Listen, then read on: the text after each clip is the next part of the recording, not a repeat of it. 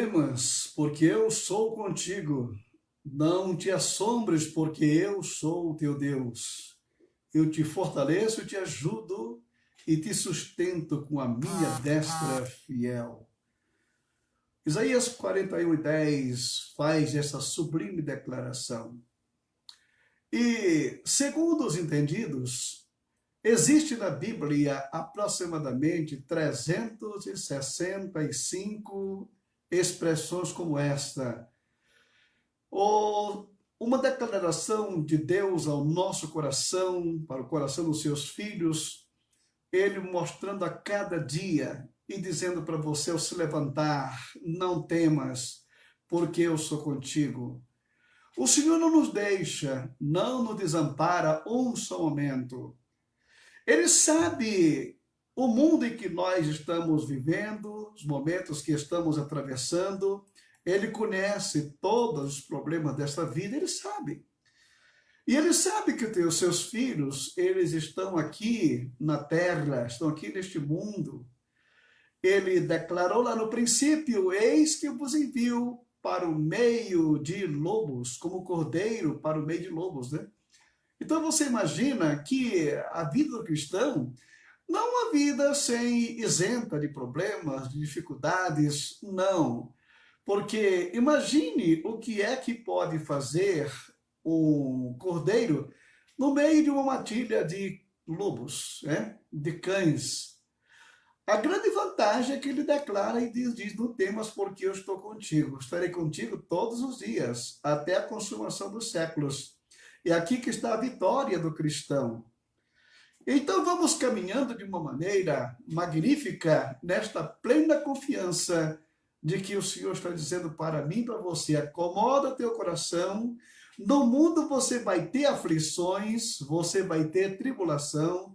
No mundo você vai ter lutas, mas não temas. Se é Deus que está falando nesse momento, então, meu amado irmão, acomoda o teu coração, aquieta a tua alma e confia somente, porque o fim da história é a vitória que nos vem pelo poder do nome de nosso Senhor e Salvador Jesus Cristo. Graças a Deus. Muito bem, nós vamos prosseguir o nosso assunto sobre as parábolas do reino, que estamos tratando aqui durante esses dias, sobre as parábolas do reino. E hoje nós estaremos tratando sobre o grão de mostarda. Nós já falamos sobre a parábola do semeador, já falamos sobre a parábola do joio e o trigo, e hoje o grão de mostarda. Você sabe que essas 7 parábolas do reino, elas todas têm uma sincronia entre si. O Senhor jamais iria dizer uma palavra que tivesse um duplo sentido, não. Mas ele mostra realmente aquilo que é o seu pensamento, o seu propósito e a sua didática. Jesus era um pedagogo por excelência. Ele, quando ensinava, não tinha como as pessoas esquecer. Ele usava sempre audiovisuais, porque o Senhor usava a própria natureza como pano de fundo quando ele estava explicando determinadas coisas. É por isso que você vê Jesus, quando chega na beira de um rio com pescadores, ele fala sobre pesca, sobre rede, sobre peixe. Quando ele vai para a zona rural, ele fala sobre semente, sobre plantação, sobre aquilo. Quando ele vai para a área de pecuaristas, ele fala sobre ovelhas, sobre novilhos, sobre o rebanho. Então, ele fala a linguagem do povo. Não adianta você querer falar uma palavra que as pessoas não conheçam. E a pedagogia de Cristo era tão simples que o povo para quem ele dirigia entendia com toda clareza aquilo que ele estava falando. E isso realmente é algo fundamental e de fundamental importância, não é? E hoje nós vamos tratar sobre o grão de mostarda, que está em Mateus capítulo 13, versículos 31 e 32, que nos declara o seguinte: outra parábola lhes propôs, dizendo: o reino dos céus é semelhante a um grão de mostarda que um homem tomou e plantou no seu campo, o qual é, na verdade, a menor de todas as sementes, e crescida é maior das hortaliças, e se faz árvore, de modo que as aves do céu vêm aninhar-se nos seus ramos. Eu vou repetir mais uma vez esses dois versículos para que você possa, e eu quero que você esteja com a sua Bíblia sempre aberta, porque estamos aqui meditando na Escritura Sagrada, né? Mateus capítulo 13, 31 e 32. Outra parábola lhe propôs, dizendo: o reino dos céus é semelhante a um grão de mostarda que um homem tomou e plantou no seu campo, o qual é, na verdade, a menor de todas as sementes, e crescida é maior do que as hortaliças, e se faz árvore, de modo que as aves do céu vêm aninhar-se nos seus ramos. Irmãos queridos, quando nós estamos aqui falando sobre a questão que o reino dos céus, como é que o reino dos céus ele começa? Como é que ele se expande? Como é que ele cresce? Há uma diferença muito acentuada entre os reinos do mundo e o reino dos céus, o reino de Deus. Os reinos do mundo, eles crescem pelas conquistas, pelas guerras, pelas violências, pelas formas comerciais que elas têm. O reino do mundo, ele cresce com a sua suntuosidade, pela grandiosidade de certos homens que foram levantados na face da terra. Eles matam, eles destroem, eles provocam a guerra, vão em busca da conquista, dominam povos, vão aumentando cada vez mais o seu domínio e se tornam grandes potências na face da terra. Esta é a maneira como o mundo, o reino do mundo, ele cresce, ele se desenvolve. É desta maneira. É derramamento de sangue, é traição, são conquistas que a pessoa nunca, ela diz basta, está sempre em busca de mais alguma coisa. Nabucodonosor, quando estava no auge da Babilônia, ele declarou, certa ocasião, não é esta a grande Babilônia que eu conquistei para a casa real? Não é esta a grande Babilônia? E se você retrocede um pouco mais, você vai ver o Império do Egito, aquela potência do mundo, onde os homens que governavam aquele local ali, eles naturalmente, chamado aquela dinastia de faraós, que eram considerados como deuses, que conquistam o mundo inteiro daquela época.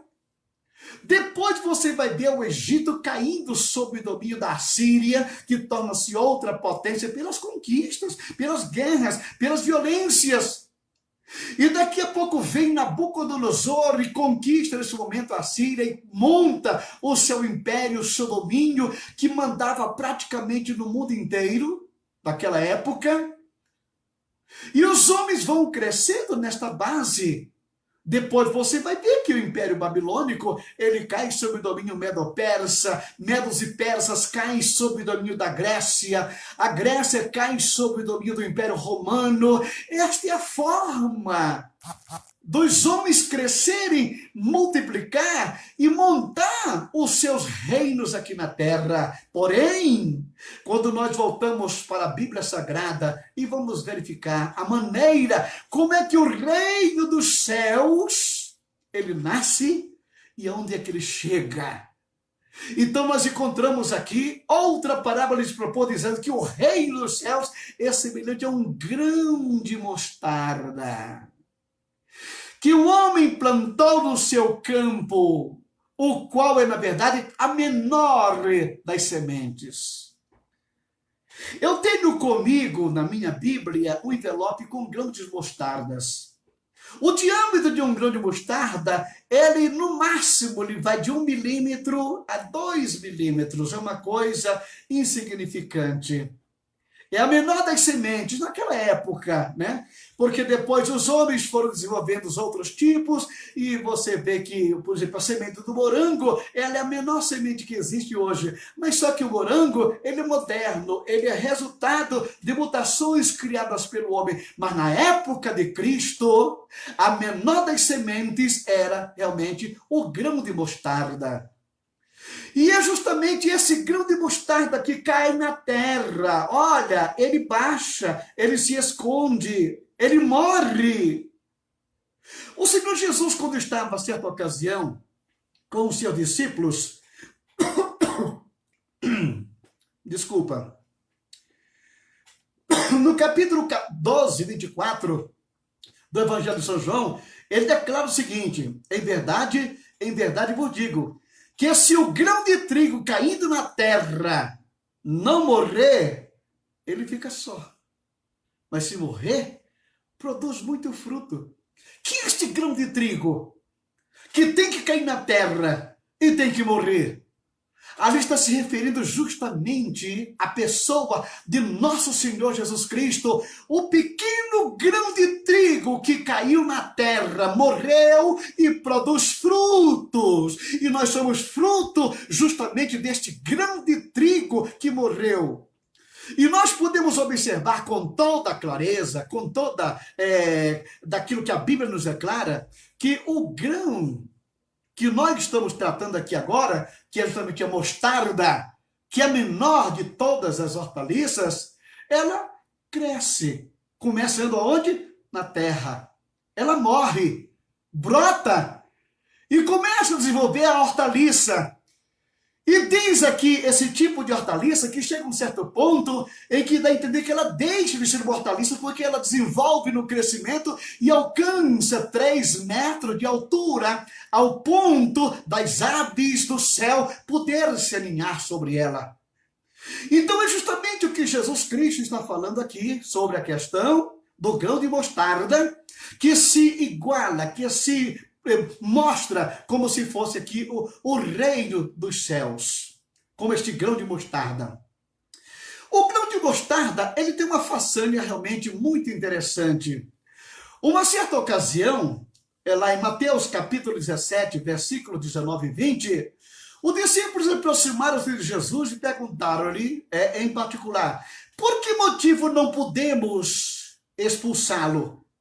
Ele lhe respondeu, por causa da pequenez da vossa fé. Pois em verdade vos digo, que se tiverdes fé como um grão de mostarda, direis este monte, passa daqui para acolá, e ele simplesmente passará, e nada vos será impossível. Preste atenção à palavra de Deus. Se tiverdes fé como... Não é do tamanho como muitas pessoas pregam, se tiver de fé do tamanho. Não, o tamanho de um grão é aquele tamanho, não passa daquele tamanho. Agora, se você tiver fé como um grão de mostarda, que cai na terra, brota e cresce. Então é justamente esta forma que você tem para desenvolver a sua fé. Se tiver de fé como um grão. Então, irmão querido, nós podemos observar que a expansão do reino dos céus começou justamente com um grão que caiu na terra e morreu, e brotou e começou a dar fruto. E quando você começa a observar o ministério terreno de nosso Senhor Jesus Cristo, ele começou naturalmente com homens simples, com um pequenino rebanho, com um grupo de homens que eram praticamente excluídos da sociedade, que viviam à beira do mar, como pescadores, como lavradores, como outras pessoas que estavam ali. Aquele pequeno grupo, foi ali que começou o reino dos céus. E à medida em que o tempo ia passando, que estas pessoas saíam para a obra da evangelização, o que você observa?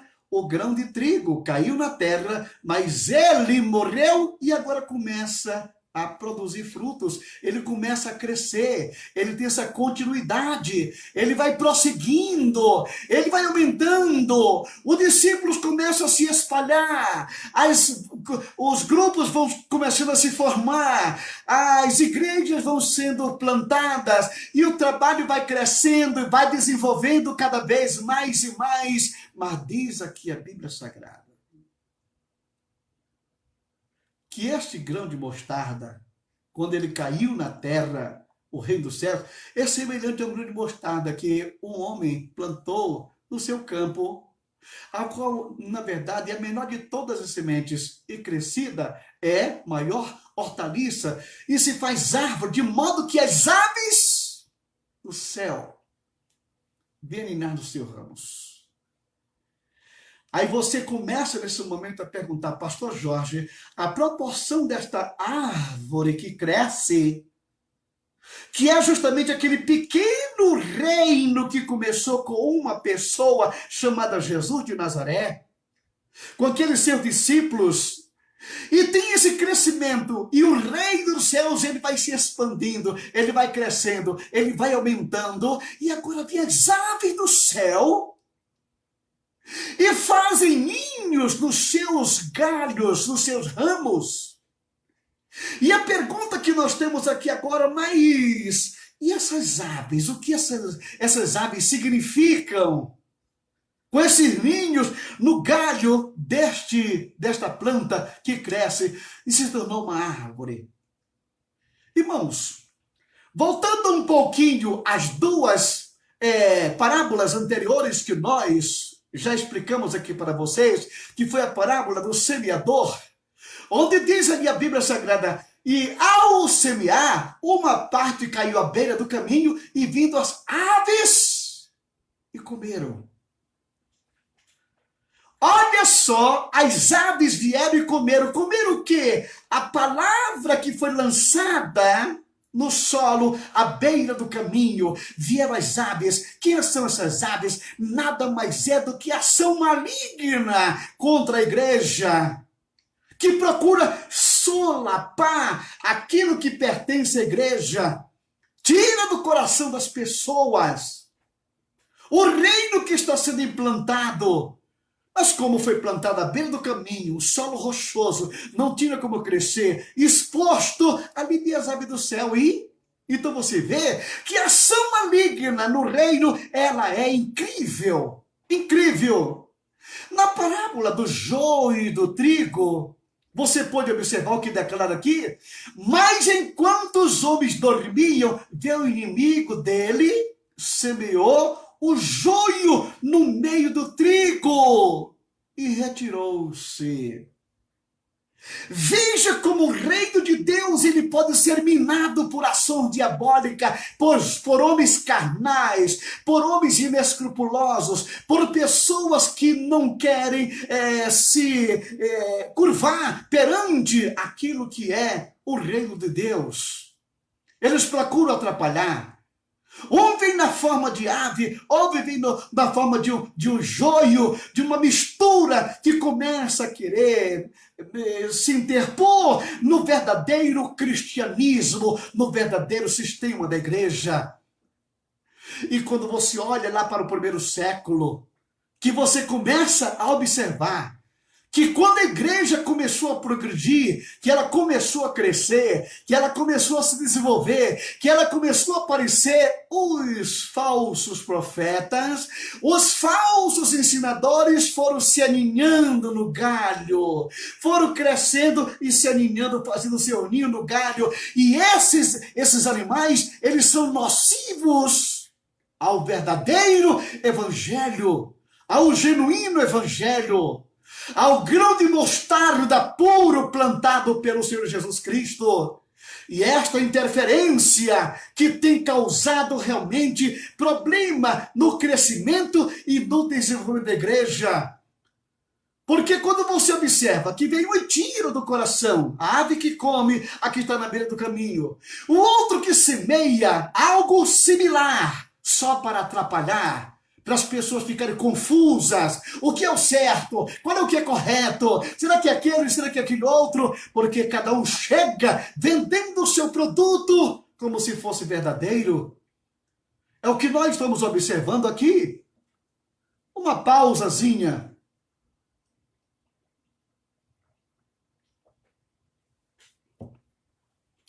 Então, o que nós estamos observando aqui justamente é que a árvore está crescendo, ela está se desenvolvendo. O cristianismo verdadeiro, ele progride aonde ele chega. Aonde a palavra de Deus ela é pregada na beleza da sua simplicidade, ali o grão de mostarda se desenvolve, ele cresce, mas logo em seguida, quando as aves virem aquela árvore crescida, elas vão se aninhar nos seus galhos. A maior luta que os pais da igreja primitiva tiveram foi justamente contra os falsos ensinadores. E a palavra de Deus nos adverte, o próprio Senhor Jesus Cristo nos fala no capítulo 24 de Mateus, porque nos últimos tempos surgirão muitos falsos profetas. Infelizmente, o demônio está mandando seus exércitos de aves imundas, aves de rapina, para se agregar ao galho do autêntico e verdadeiro cristianismo. Então você pode observar o que é que nós temos aqui nessa parábola tão importante, que é para que você abrir os olhos e abrir a sua Bíblia e comparar as coisas que estão realmente acontecendo hoje em nosso planeta. Então nós observamos em Mateus capítulo 17, 19 e 20, então os discípulos aproximaram-se de Jesus e perguntaram em particular: por que motivo não podemos expulsá-lo?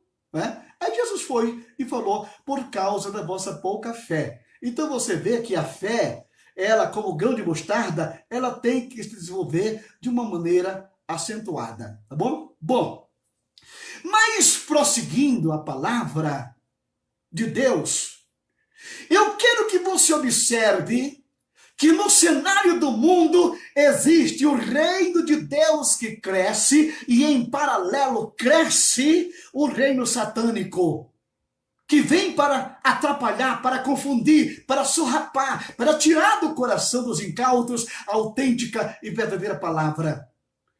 No livro do profeta Daniel, no capítulo 4, versículos de 10 a 12, declara o seguinte: eram assim as visões da minha cabeça. Diz aqui Nabucodonosor, quando teve aquela visão que Daniel decifrou o seu sonho. Quando eu estava no meu leito, eu estava olhando e vi uma árvore no meio da terra, cuja altura era grande.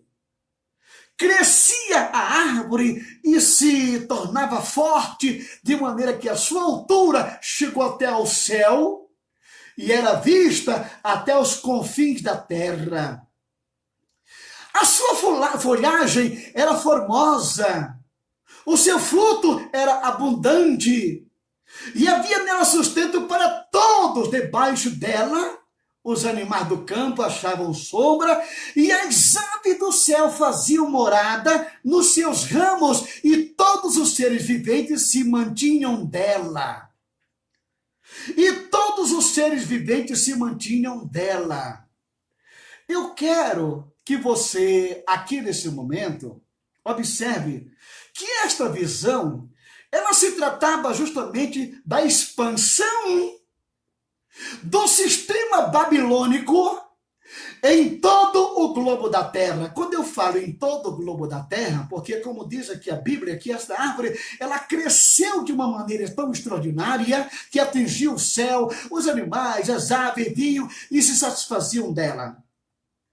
Quando você vê a autêntica e verdadeira planta que o Senhor plantou, aquele grão de mostarda, e vê também a planta que Satanás plantou, que foi justamente o joio no meio do trigo, e a tendência, na realidade, deste joio é um crescimento espantoso.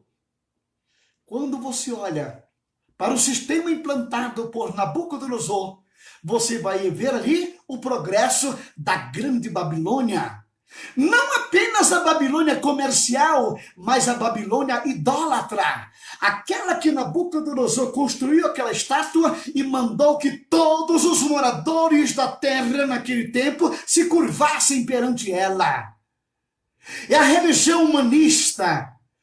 É a religião que não tem nada a ver com Deus, mas é a religião criada nas profundezas do inferno, justamente para atrapalhar o crescimento do trigo.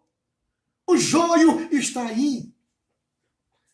E o que é uma coisa incrível é que no meio desse crescimento espantoso que existe lugar para tudo quanto é gosto. Existe lugar para as feras do campo, para as aves do céu, para o comércio, para as barganhas, para a falsa doutrina, para as falsas igrejas, para os falsos ensinamentos, e tudo isso vai se agregando aqui. E isso vai interferindo justamente nos galhos da autêntica e verdadeira semente plantada pelo Senhor. Porque o diabo ele é mestre nas suas imitações.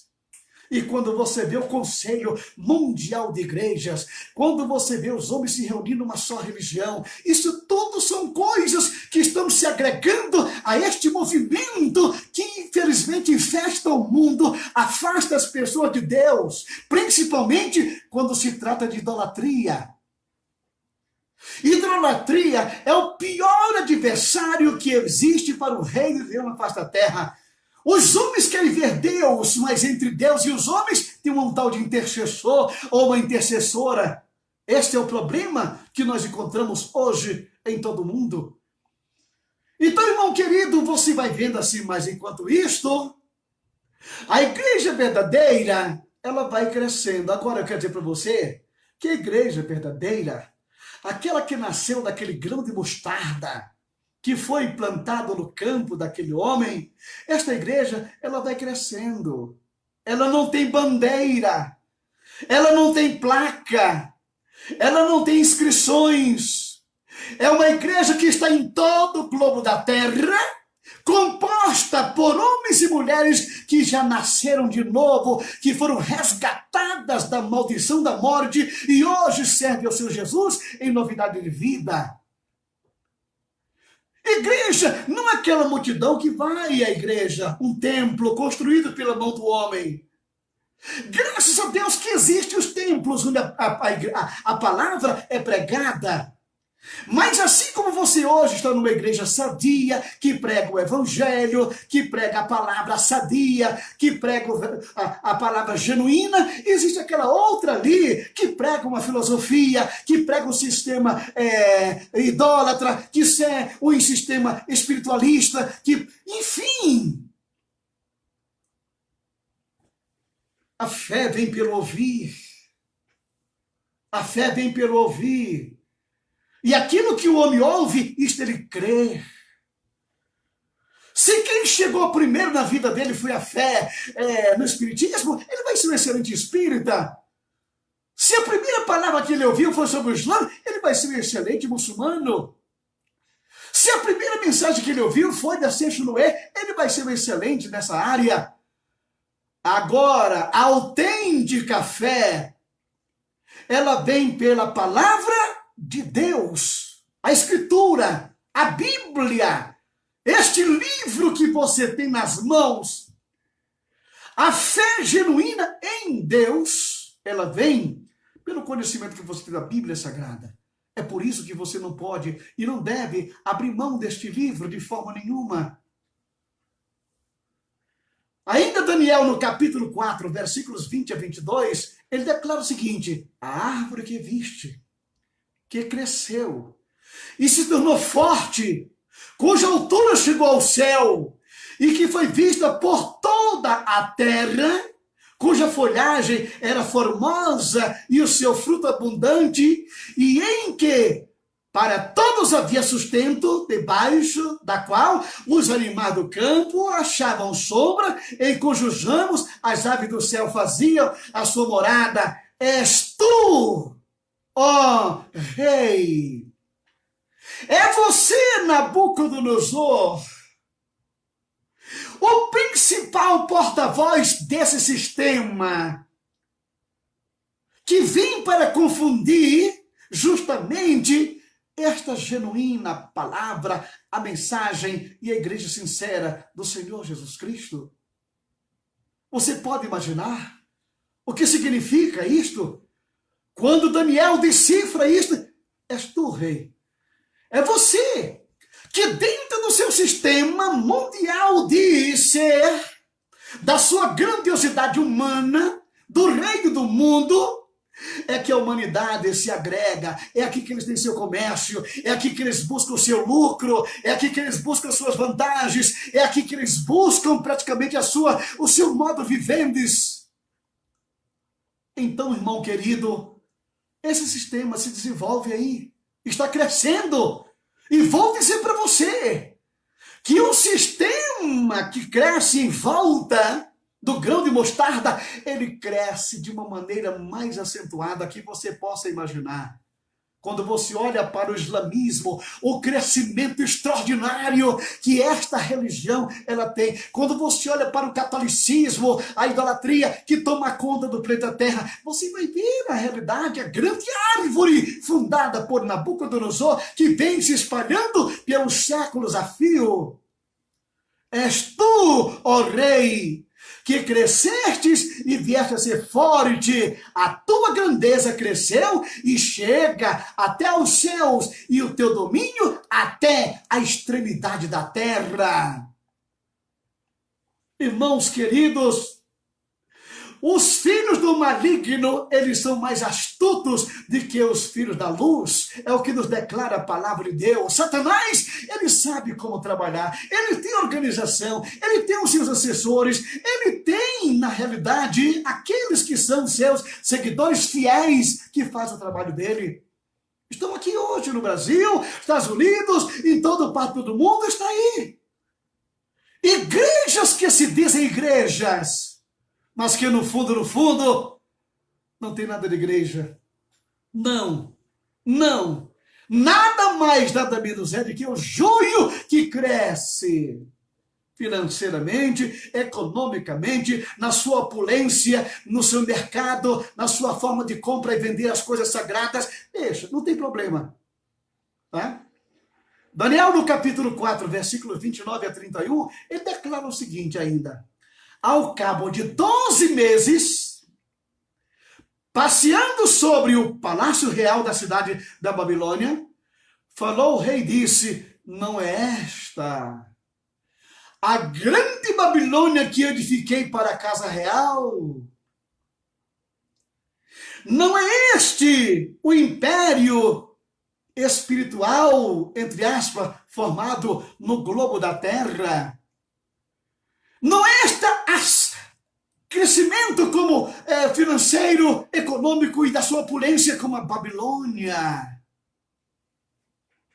que era, na realidade, a opulência daquela época?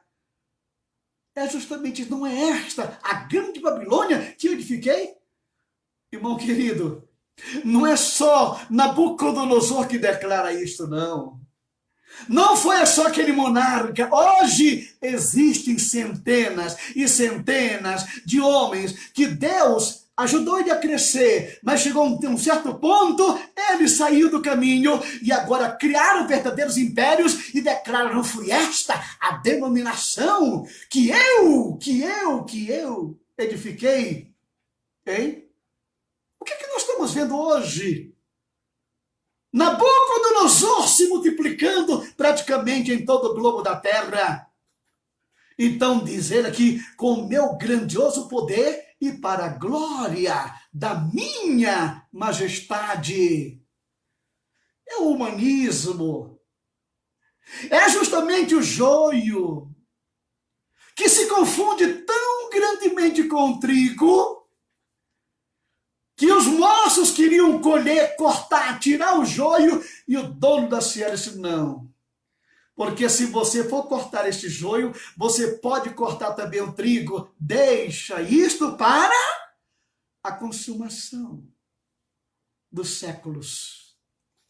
Falava ainda o rei quando desceu uma voz do céu: a ti se diz, ó rei Nabucodonosor, já passou de ti o teu reino. passou de ti o teu reino. Vai passar este reino. Apocalipse capítulo 18, versículo de 1 a 3. Preste atenção o que declara aqui a palavra do Senhor.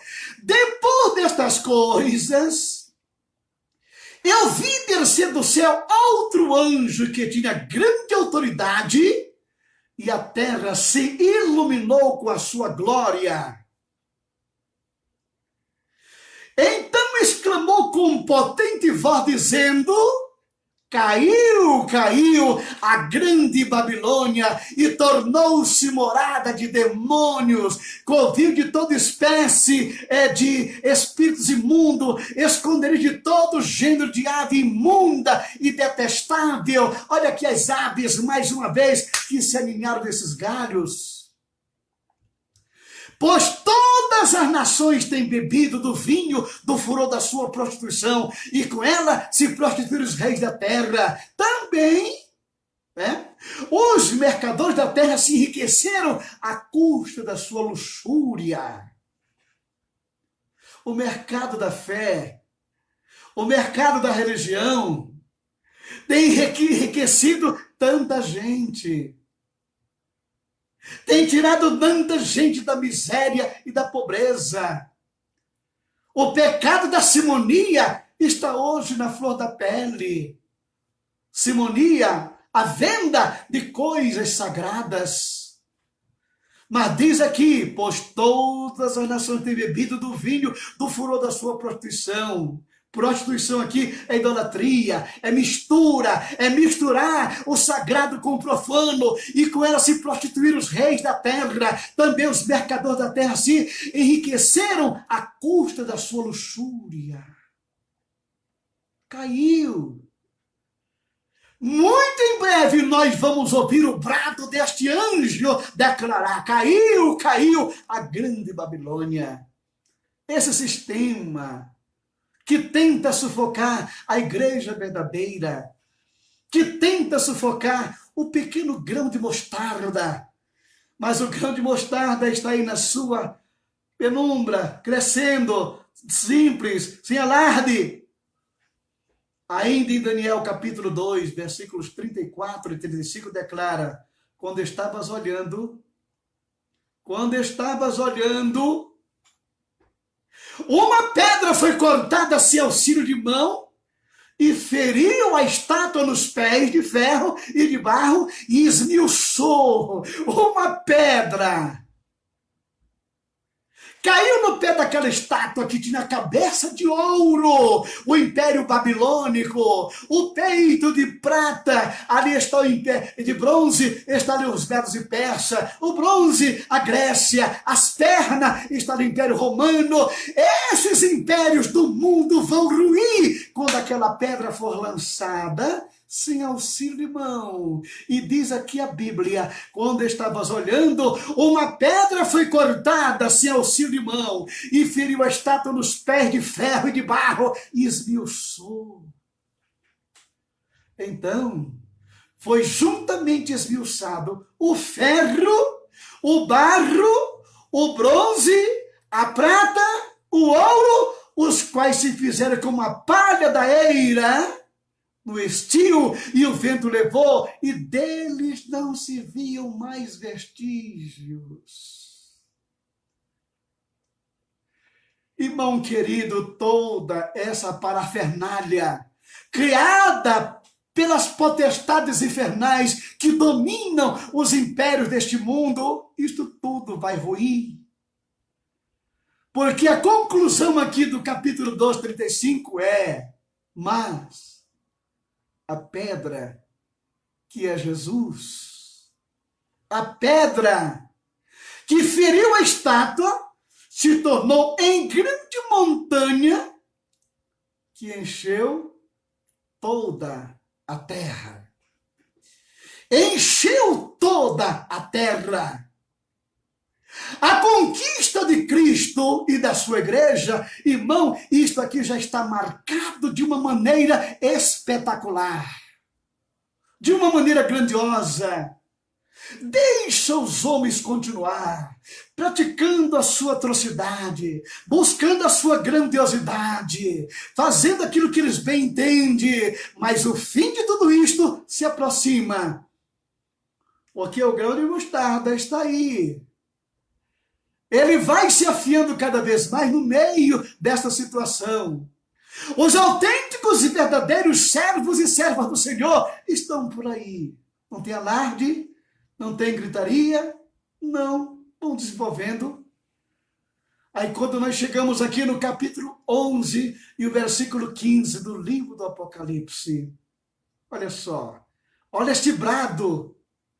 O sétimo anjo tocou a trombeta e houve no céu grandes vozes dizendo: o reino do mundo se tornou do nosso Senhor e do seu Cristo, e ele reinará pelos séculos dos séculos. Ouviram? De quem é a palavra final? Como é que vai terminar essa história? Que começa com um pequeno grão de mostarda que caiu na terra e se fez ali uma hortaliça, que foi se transformando numa árvore, e aquilo foi, infelizmente, o inimigo também veio, plantou sua semente e cresce, vão crescendo aí. Mas Deus, ele tem a palavra final. A palavra final pertence a ele. E seus filhos, eu e você, que cremos na Escritura Sagrada, conhecemos já o final de tudo isso. Não se turbe o vosso coração. Creia em Deus. Credes também em mim. Creia. O sétimo anjo tocou a trombeta e houve no céu grandes vozes dizendo: o reino do mundo se tornou do nosso Senhor e do seu Cristo, e ele reinará pelos séculos dos séculos. O Egito teve o seu tempo, teve a sua opulência. A Síria também. Babilônia assumiu e caiu. Medo e Persa, onde estão? Grécia, acabou-se. O Império Romano, onde os homens eram tidos como deuses, senhores, onde está? Mas o reinado de Cristo, ele continua. Ele prossegue. Então, diz aqui a palavra de Apocalipse 11:15, quando o sétimo anjo tocou a trombeta e houve no céu grandes vozes, dizendo: o reino do mundo se tornou do nosso Senhor, do seu Cristo, e ele reinará pelos séculos dos séculos. Irmão querido, o tempo da igreja genuína, fiel e verdadeira, aqui na terra, está se aproximando do seu momento final. Enquanto isto, homens e mulheres que pertencem a este ramo do grão de mostarda estão cumprindo a sua missão. E por todo mundo, e pregando o evangelho a toda criatura, estamos fazendo a nossa parte. E estamos acelerando a volta de Cristo, porque o mundo chegou numa situação tão terrível, tão pesada, tão devassa, que aqui não existe mais lugar para a igreja. A noiva do Cordeiro não pode estar misturada aqui nesse lamaçal de pecado. A noiva do Cordeiro não pode conviver com esta abominação. A noiva do Cordeiro, ela é santa, ela é sem mancha, ela é sem mácula. Ela está aqui esperando o noivo, que está voltando aí com poder e muita glória. Agora você imagina como vai ser o ponto final depois de tudo isso. Quando Jesus Cristo vier estabelecer o reino dele aqui na terra. Ele diz para mim e para você: bem-aventurado e santo é aquele que tem parte na primeira ressurreição. Sobre estes, a segunda morte não tem poder, mas serão sacerdotes. de Deus e de Cristo, e reinarão com ele 1000 anos. O reino de Cristo se aproxima. A igreja clama: venha a nós o teu reino. Esse clamor, que já vem de séculos, ele está prestes a ser respondido, e respondido de uma maneira tão magnífica, tão preciosa e tão grandiosa. Porque o que é mais importante é que muitos servos de Deus que pregaram a vinda deste reino já passaram para a glória. Já dormem no Senhor. Mas diz ali o capítulo 20, versículo 6, eles vão ressuscitar e vão reinar durante 1000 anos. Esta é a nossa alegria. Essa é a nossa esperança. Este é o regozijo que todos nós temos. Porque o grão de trigo caiu em terra e morreu, mas deu muito fruto. E eu sou fruto daquele grão, tanto de trigo, como a plantação daquela semente que brotou ali. O grão de mostarda. Que Deus conceda a sua graça a você. Que você continue na realidade, nesse propósito. Não saia deste caminho. Olhe para Jesus, porque aquele que disse que vem virá e não tardará. Jesus está voltando com poder e muita glória. E você é bem-aventurado em nome de Jesus Cristo. Meu Deus e meu Pai, nós te louvamos, agradecidos por esses momentos da tua presença. Que o teu santo, eterno e doce Espírito, ele cubra a minha deficiência. Somente o teu Espírito é que pode esclarecer com mais profundidade a tua palavra ao coração dos nossos amigos, nossos irmãos. Que o teu Espírito possa despertar-nos cada vez mais para estas verdades eternas, para a palavra que o Senhor deixou, que ela tem que se cumprir, está se cumprindo e vai se cumprir cabalmente. Fortalece a fé dos meus irmãos, desta família, que possamos nos manter diante da tua presença, porque nós estamos querendo participar deste reino, mas eu não quero participar sozinho. Eu quero que a minha esposa esteja comigo. Eu quero que os meus filhos estejam comigo. Eu quero que os meus amigos estejam comigo.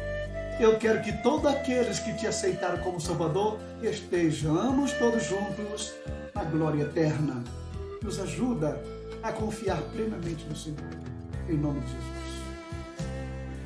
Pai, continua abençoando nossa cidade de Campinas, a igreja que está batalhando pela fé aqui nessa cidade, os pastores que estão pregando a tua palavra, teus filhos que estão anunciando as verdades eternas, que nós possamos ser fortalecidos cada vez mais no Senhor.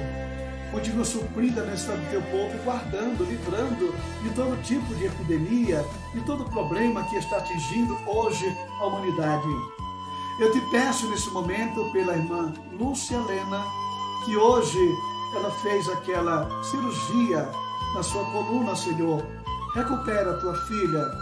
Também ela para o irmão Miqueias, que foi curado da Covid, mas ainda não voltou, continua dormindo há 2 semanas, Senhor. Desperta o teu filho, desperta o teu servo. Senhor, um toque da tua presença e ele será curado em teu nome. Olha para o irmão Elias. Senhor Jesus, guarda o teu filho e recupera ele também completamente. Restaura a sua saúde em nome de Jesus Cristo, Pai. Também te peço pelas famílias enlutadas, por familiares que foram cometidos deste vírus, pelo pastor Sebastião ali no Campo Grande, no Mato Grosso, ele, sua esposa, seu filho, que ele possa ser recuperado no teu santo nome, Pai santo e justo. Abençoa também a família do pastor ali no Campo Belo Paulista, que partiu para a eternidade, Senhor. Ajuda o teu servo, a família dele, que possam realmente estar nesse momento confiantes que está nos braços do Pai. Eu te peço pela nação brasileira, pelo presidente da República, pelas autoridades constituídas. Senhor, que os teus anjos estejam trabalhando aqui ininterruptamente. Que esses demônios programados do inferno para atrapalhar a paz e a tranquilidade do brasileiro sejam atados e devolvidos para as trevas exteriores sem direito a retorno. Que o Brasil possa prosperar, que ao sair dessa situação nós possamos ser mais fortes, revigorados, Senhor, pelo teu poder.